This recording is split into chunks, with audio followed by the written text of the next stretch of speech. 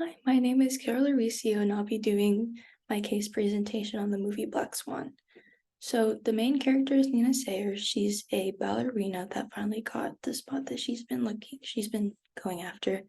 But when she ends up getting the spot, she has competition, which puts her in danger of losing her position.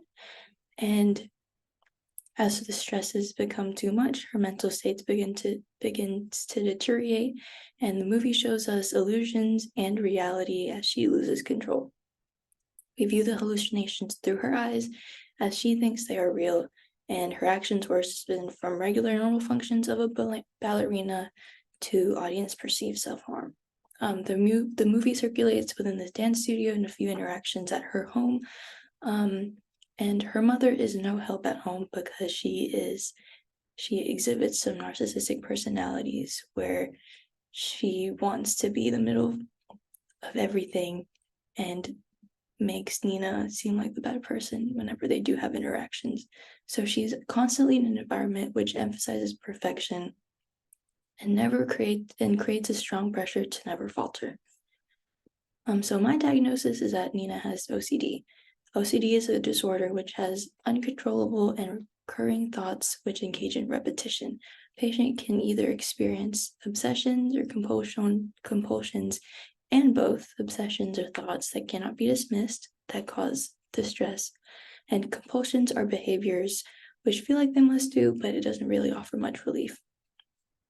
So in ballet culture, perfection is always the key thing. So OCD would make it seem like a normal experience if you talk with other ballet people, because being perfect is important. Paying close attention to detail and just being meticulous at all times is not a bad characteristic for dancers in order to keep their job. Nina's mother is also an issue because she would deny that her daughter would have any mental health issues and would turn it into something that centers around her instead of giving proper care to her daughter. So in culture wise, if Nina did seek help in the movie, I think her diagnosis would be the same, but also in addition to others. But we were just looking at OCD for this case study. American culture is definitely more open to mental health disorders compared to other places like third world countries because we have more better access to mental health resources, and we have like a better understanding of what mental health actually does to people and how it affects us. But her professional career would take a setback because this might mean as like time away from dancing to focus on herself, and to stop dancing is seen as something that you should not do because if you stop dancing, that's bad. Even though America is less judgmental with mental health issues, there are still people who think that someone might be faking it or minimizing the severity of their diagnosis, such as Nina's mother, because she has her own issues. In other cultures, mental health is not taken as seriously because others may believe that they can tough it out or they can get over it. But also, if there is an issue that one can't see, like through the naked eye physically or like through scans, then they don't think it exists. So, evidence of obsessive compulsive disorder. Ballet and perfection. So being perfect is a large part of the ballet world. So they have to keep lines to their body. They have to maintain a specific body physique and controlling themselves. So one specific piece is whenever Nina fixes up her shoes, she's very meticulous with it. She has to make sure that her soles are right, her shoes are tied the right way, the ribbons are fine, and she has a specific routine that needs to be followed or else her shoe doesn't work the way it should.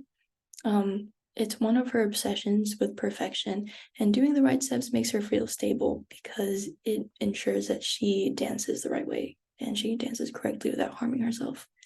And also self-harm.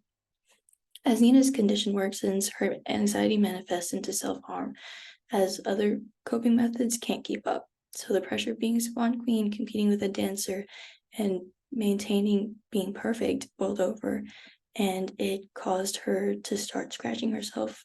And then scratching couldn't cope with everything that was going on.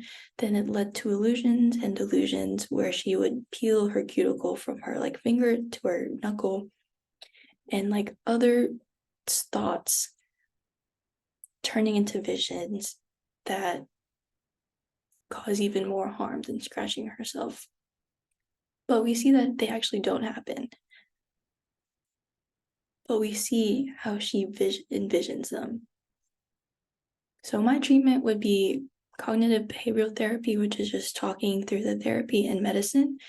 Other types of treatment, though, are exposure and response prevention, which is just exposure therapy to make sure that they get used to it.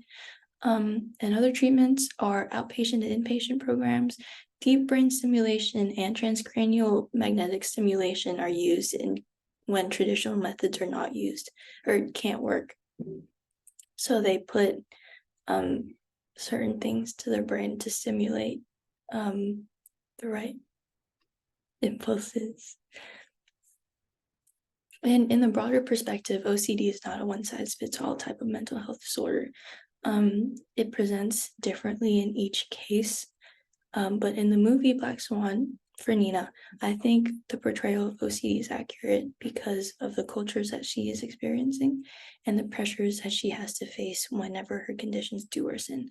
Because of the changes in her life throughout her promotion to become the Swan, the competition coming after her position, and the personal life adding to stress, her condition became more harmful. It began to escalate, and her state of mind was already fragile to begin with, and she was already trying to cope as much as she could. But whenever everything piled up on her, her mental state became less stable, and that led to her having visions and just breaking down overall because of her OCD.